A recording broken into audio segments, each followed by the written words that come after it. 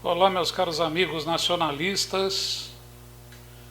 Hoje um pouco diferente. Estou aqui com a minha máscara Hannibal Lecter, fabricação própria e até que é confortável.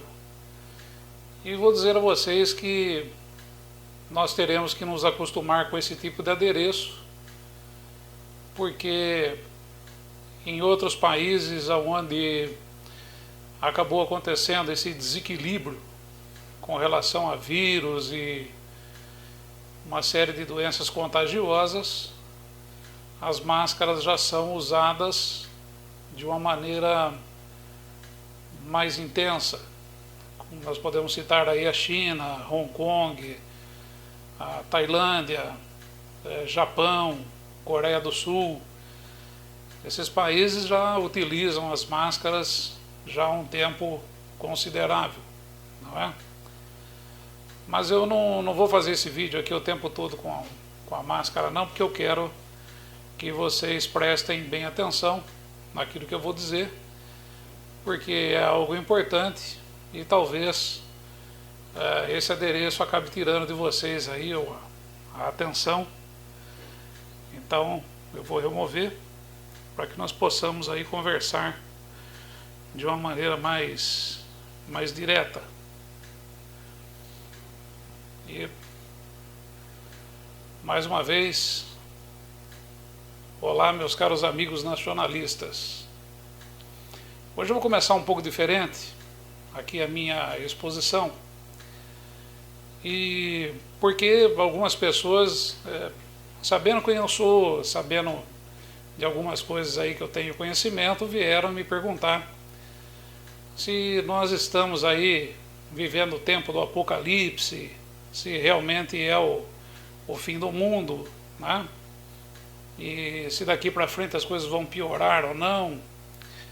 E até certo ponto, vamos dizer assim, que esse tema pertence a um outro canal que eu tenho aqui no YouTube, que é exatamente o canal Catequese, né? Inclusive, se você tem interesse aí por conhecer a história da igreja, né, e a interpretação técnica e histórica a respeito das escrituras, basta acessar aí o canal Catequese e você vai poder tomar parte, poderá conhecer mais a respeito de história e análise conjuntural a respeito das escrituras, né? Então seria mais um tema aí para o canal Catequese, mas devido a essa pergunta, né, e devido ao tempo que nós estamos vivendo, eu vou acabar fazendo uma pequena introdução aqui a respeito disso, tá? Na verdade é o seguinte, né, a Bíblia ela é um manual para que nós, seres humanos, aprendamos a ser boas pessoas, para que o ser humano aprenda a ser bom, e não um manual para que a gente possa entender os desígnios de Deus, entender quem é Deus, como é que tudo funciona num determinado plano. Não é nada disso. As escrituras sagradas, elas são destinadas a nos transformar em pessoas melhores do que nós somos e também transformar a nossa sociedade, transformar o nosso meio em um meio de convivência mais humano, um meio de convivência melhor para todos. Esse é o objetivo das escrituras sagradas. Quem se utiliza de escrituras sagradas para fazer outro tipo de leitura além desse, são pessoas mal intencionadas. Não acredite. Não existe nada além disso nas escrituras. Não existe nada além do que nos transformar, palavras que nos transformem aí em pessoas melhores do que nós somos. Esse é o objetivo. E por que eu estou dizendo isso? Porque tudo o que diz respeito a essa crise que nós estamos vivendo está diante dos nossos olhos, está diante daquilo que já é de domínio da interpretação humana. Existe um vírus que pode ser identificado aí em qualquer laboratório. Existe uma situação na qual ele se espalhou devido à negligência, talvez aí de pessoas, e isso acabou se transformando nessa crise que nós temos agora. Portanto, não cabe aqui uma interpretação transcendental do que está acontecendo. Não existe nada disso. Isso é totalmente de domínio humano. Ah, mas então você está dizendo que a China tem participação nisso? Eu não estou dizendo que a China tenha criado um vírus, porque isso é absolutamente impossível. Se tivesse feito, vamos dizer assim, as marcas, as pegadas do caminho, né? O DNA, a mão humana seria identificada nesse micro-organismo. E certamente a essa altura do campeonato, se tivesse sido alguma coisa criada, os cientistas do mundo todo estariam fazendo um alarde bastante grande. Mas não existe. É um vírus naturalmente acontecido, vamos dizer assim, dentro da natureza. Agora, que pode ter existido aí uma certa dose de negligência, como está acontecendo no Brasil hoje, que pode ter acontecido na China, a mesma negligência que está acontecendo no Brasil hoje, ter acontecido na China, isso não é descartado. Isso não é descartado. De repente, um presidente, um governador, um prefeito, chegar e dizer que não, isso daí não é nada, é só uma gripezinha. Isso pode ter acontecido lá, quando começaram a aparecer os primeiros casos, depois uma centena de casos, 1.000, 2.000, 10.000 e perdeu-se o controle. Isso pode ter acontecido, sem dúvida nenhuma. Da mesma maneira que está acontecendo aqui, quando eu vejo pessoas, líderes que manuseiam e manipulam uma grande quantidade de canais aí, através das redes sociais afora, dizendo que isso é uma coisa sem importância.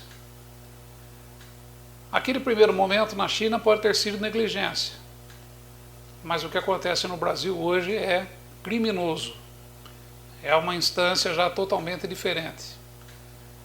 Isso já é criminalidade.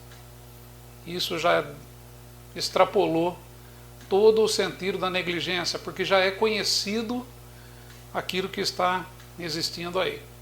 Já é conhecido. Já são conhecidas também as maneiras de se evitar. Já são conhecidas as maneiras de se prevenir.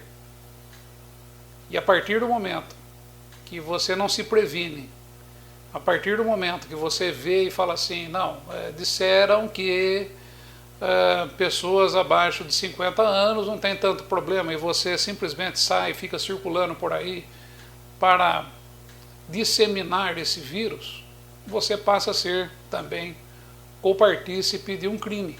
Isso é criminoso. Alguém pode morrer.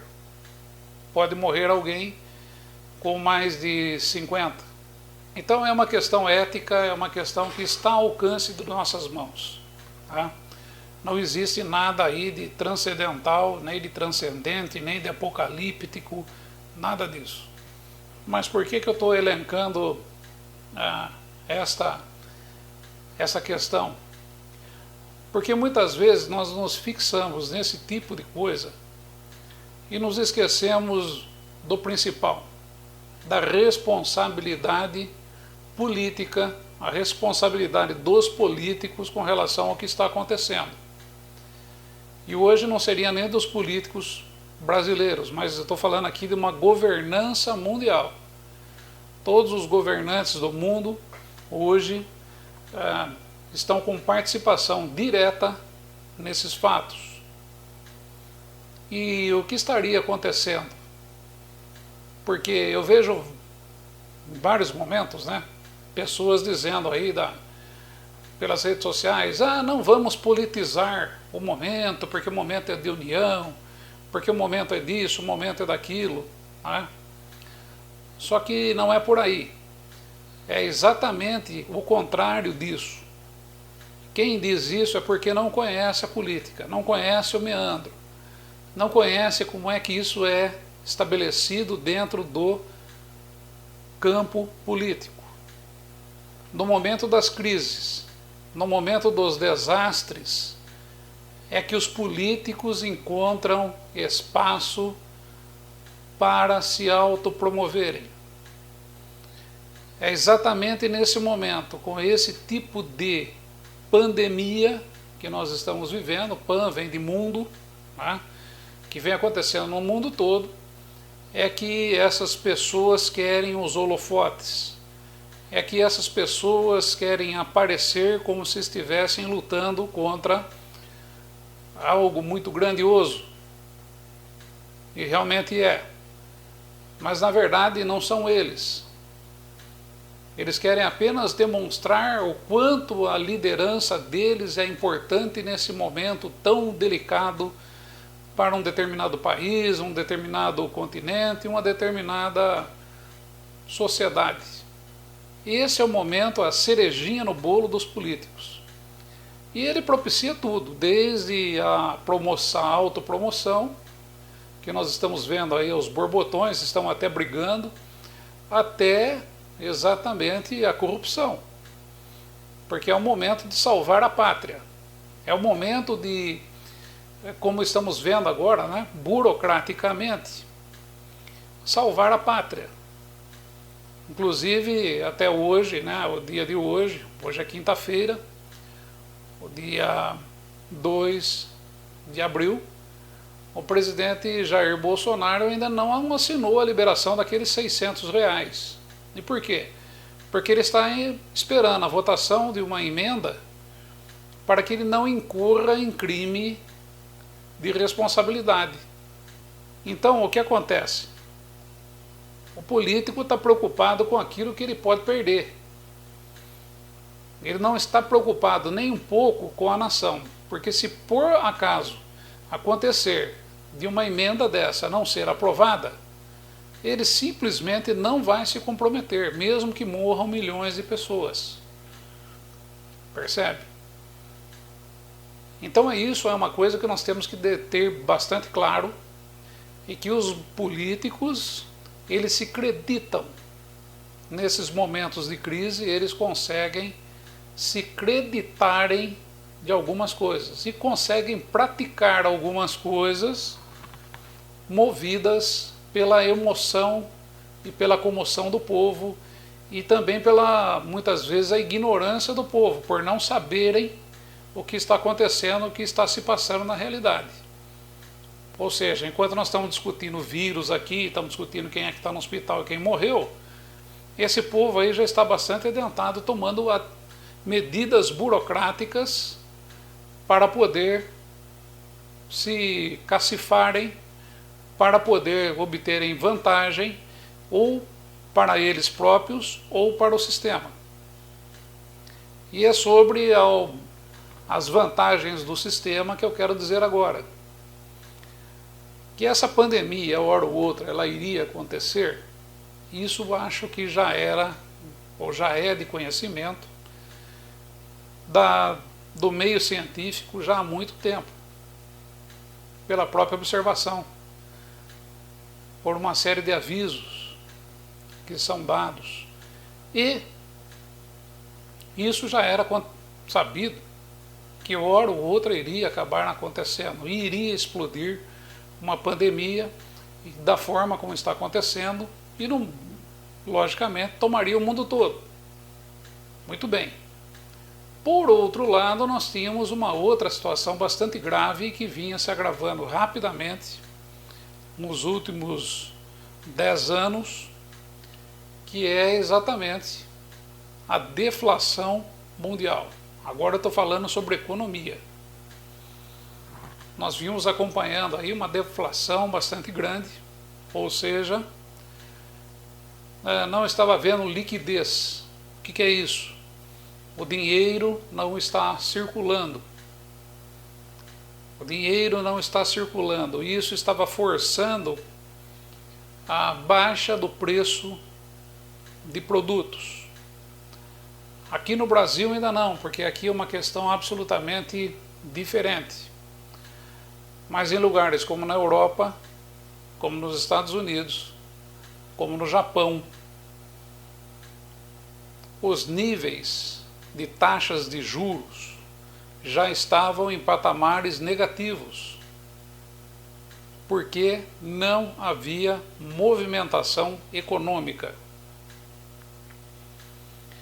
E isso tem um limite. Eu acho que foi plantado muito lá atrás, né? Aquela questão assim da redução de custos e aumento de produtividade. E isso existe um ponto de equilíbrio, e atingiu-se esse ponto de equilíbrio. O custo para a produção já é mínimo, a produtividade já é alta, no Brasil ainda não, porque por questões estruturais. Isso aqui vai fazer parte de outros vídeos que eu vou estar fazendo depois. E ali chegou-se num ponto crucial, num ponto X, onde não tem mais para onde diminuir, não tem mais para onde aumentar, e a economia começa a ficar estagnada. E a economia só voltaria a se reanimar com a introdução da inflação. Eu sempre comparei a economia como sendo aquele joguinho do banco imobiliário. Quem já jogou banco imobiliário sabe como é que é.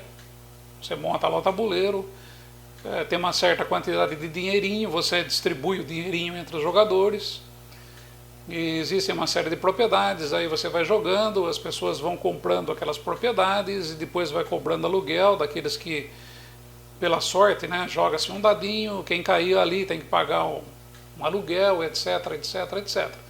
É dessa maneira. A economia, ela funciona mais ou menos dessa mesma forma.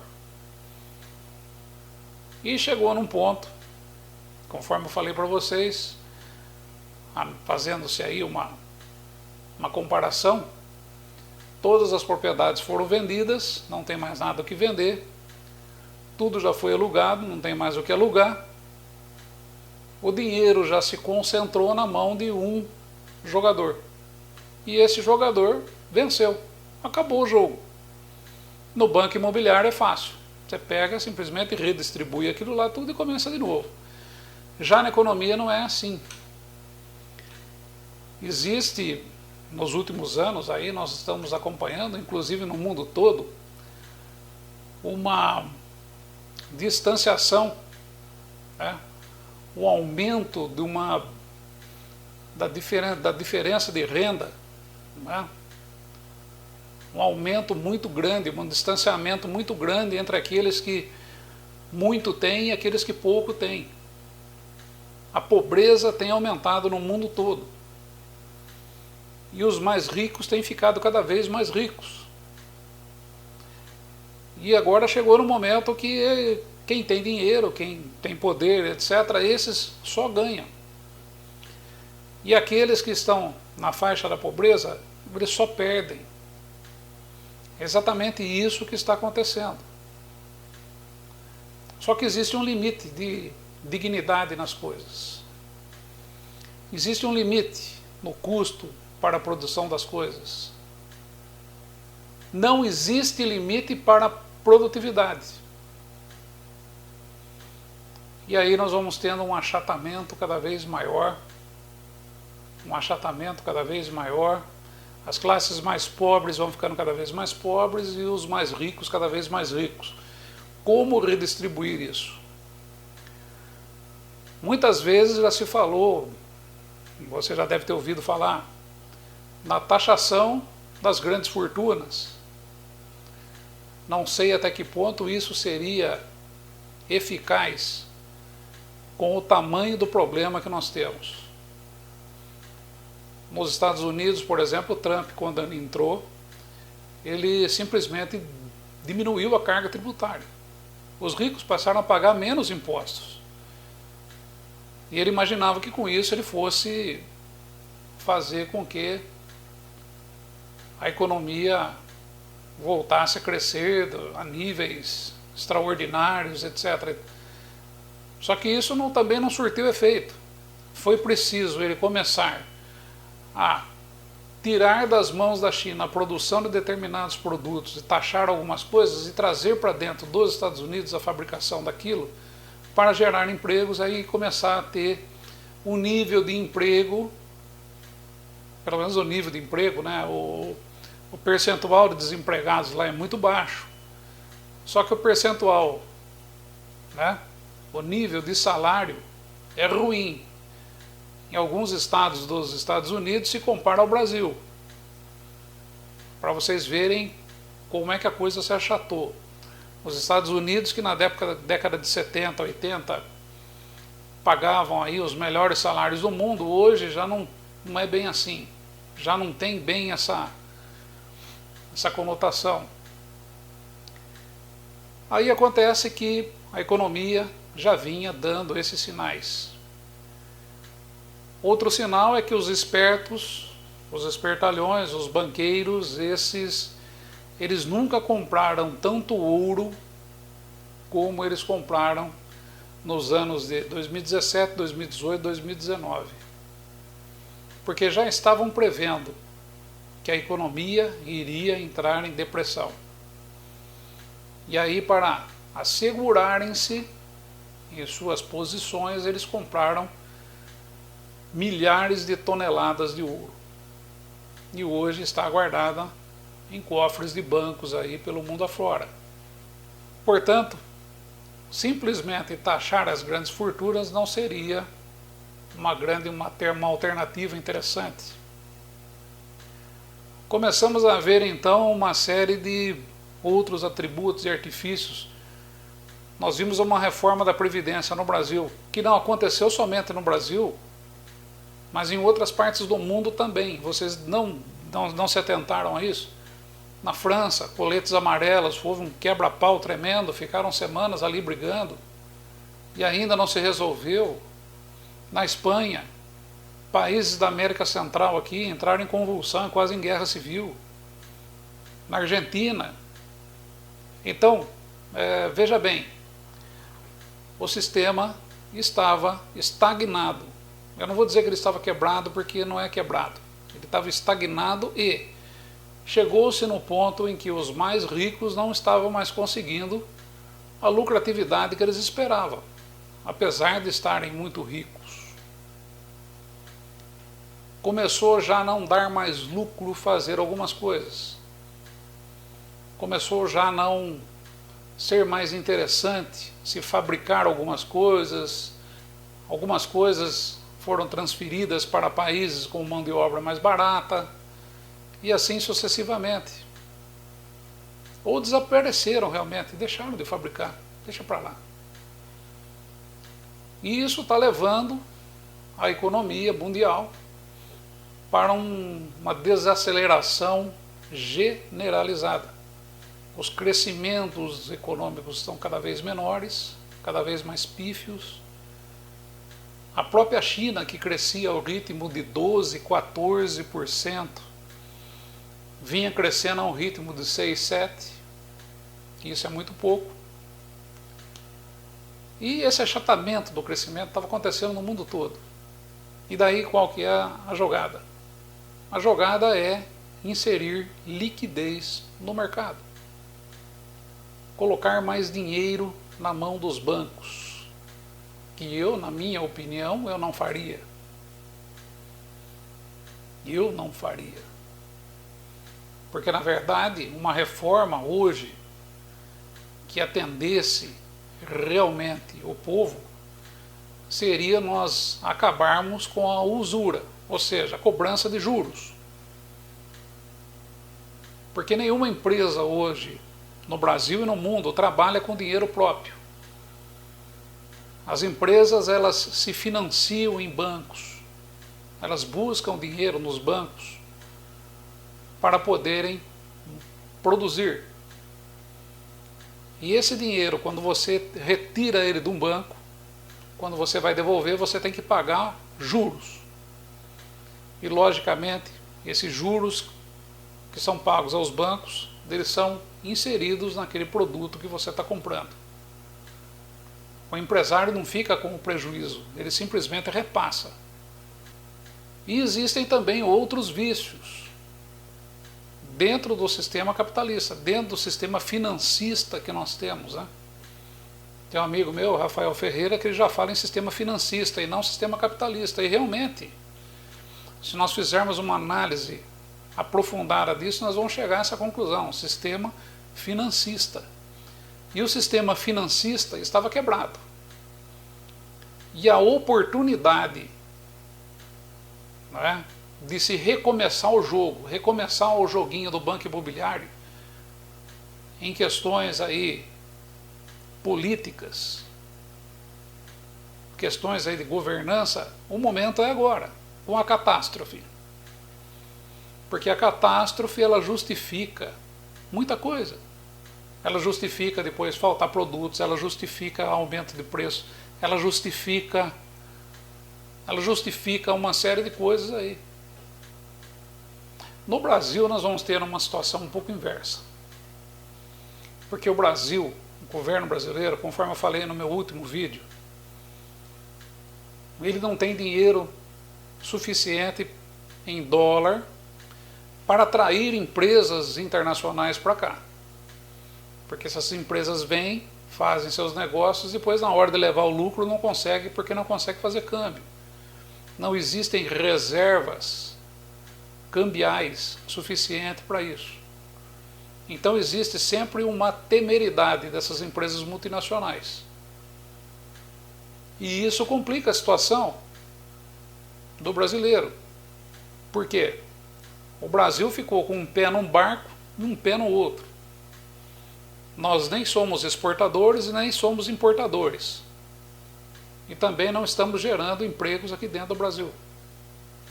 A pobreza tende a aumentar. E quando a pobreza aumenta, não existe pessoas para comprar.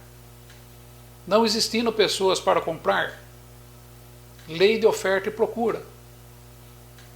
Porém, os custos aparentemente já podem estar no mínimo. Quem vai ficar com o prejuízo? Poderemos ver uma quebradeira em sequência de empresas. Ou faz o dinheiro chegar para as classes mais baixas, ou não. Para isso o governo vai ter que botar dinheiro no mercado.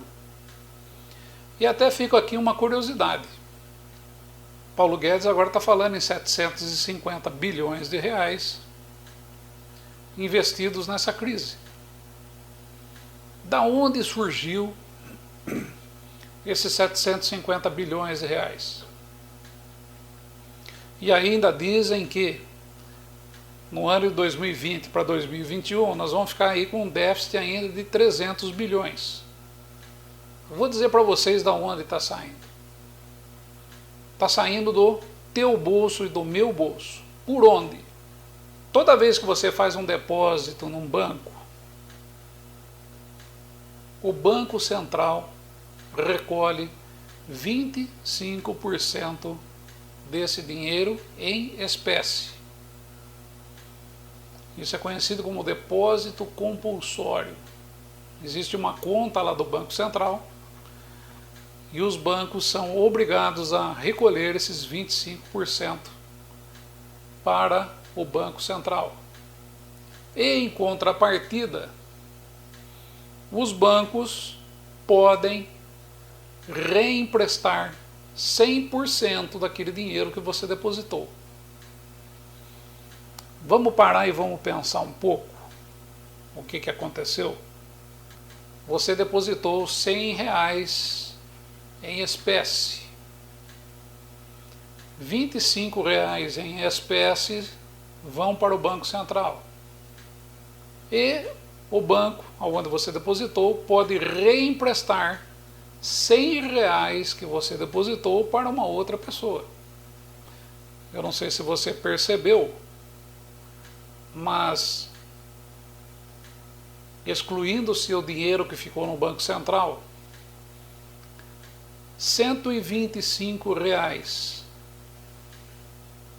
de R$200 Ele simplesmente não existe. Ele simplesmente não existe. É o que nós chamamos de dinheiro escritural. Outros chamam de dinheiro escriturário. Ou seja, ele não existe. A única coisa dentro do banco que continuou existindo foram R$ 75 do primeiro cliente que depositou os R$ 100. Os outros 125 não existem. A única instituição que fica com R$ 25 que existem é o Banco Central. E esse dinheiro não pode ser movimentado. E até o ano passado, no ano 2019, o Banco Central tinha 450 bilhões de reais guardados. 450 bilhões mais 300 bilhões que nós vamos ficar devendo, que vai ficar aí em aberto, significam 750 bilhões de reais, que é o valor que estão agora disponibilizando aí. Só que tem um outro problema. Se todo mundo correr no banco para sacar o dinheiro que tem lá depositado, se eu for, se você for, se todo mundo for, os bancos não terão dinheiro para devolver para nós. Eu não sei se vocês conseguem entender a complexidade do que está acontecendo.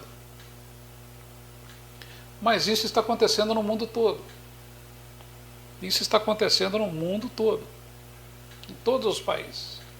Em maior nível ou em menor nível. Então esse foi o momento.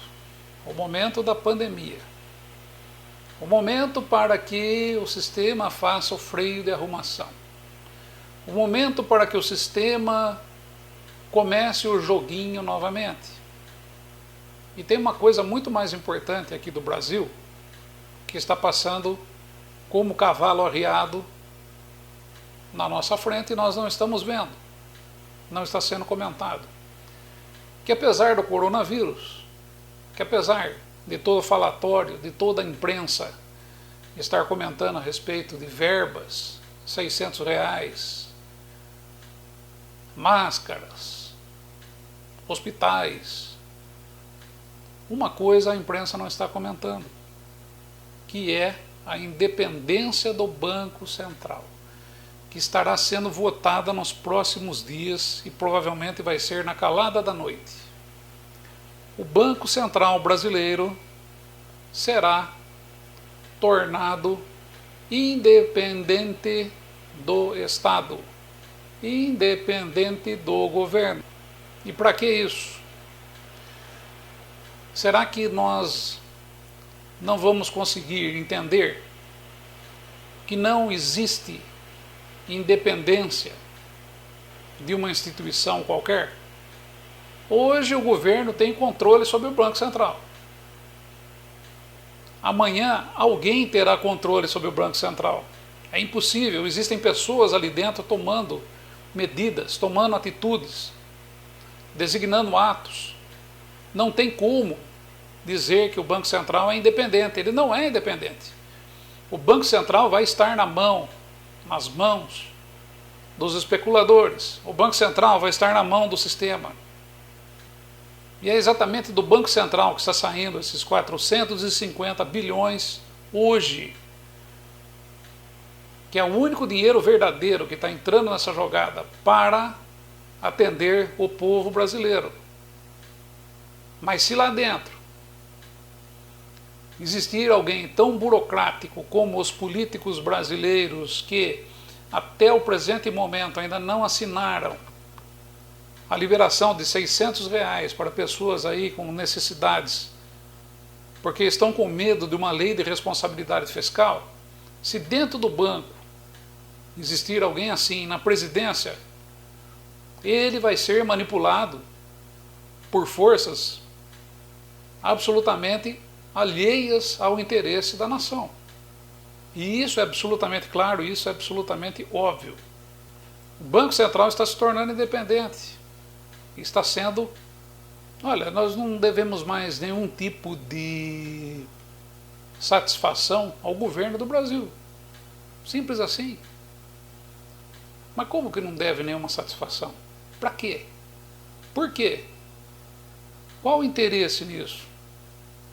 Esse é o ponto crucial.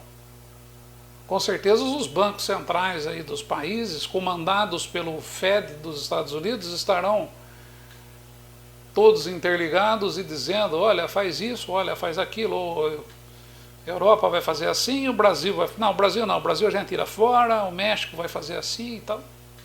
Vocês estão vendo como é que funciona a coisa? Vocês estão entendendo que o globalismo, ele não é apenas uma ideia geopolítica, ele transpassa. Ele já está aqui. E para se desmontar essa bomba, é preciso de inteligência, é preciso de perspicácia,